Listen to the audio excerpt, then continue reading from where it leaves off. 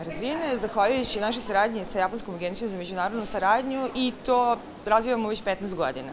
70 obučenih mentora po standardizovanoj metodologiji, više od 2000 korisnika koji su dobili ovu besplatnu uslugu i smatramo da jeste poprilično razvijena, ali ono na čemu moramo da radimo je da promovišemo dobre rezultate, dobru praksu i to naročito od strane onih kompanija koje su dobile ili 25 sati besplatnog mentoringa kao start-upovi ili 50 besplatnih sati kao zrele kompanije. Značajan je jer ću vam govoriti o brojkama.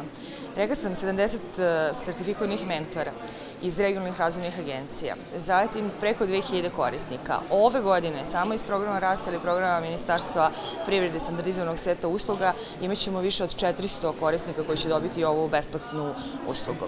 Ono što su naše analize, naše istraživanja pokazale tokom ovih 14 godina pružanja ove usluge je da mentoring doprinosi povećanju broja zaposlenih oko 10%, povećanju ukupnih prihoda više od 15% i ono što je najvažnije je da od svih anketiranih, a moramo da radimo evaluaciju na svim klijentima, 98% je onih koji bi ovu uslugu koristili ponovo.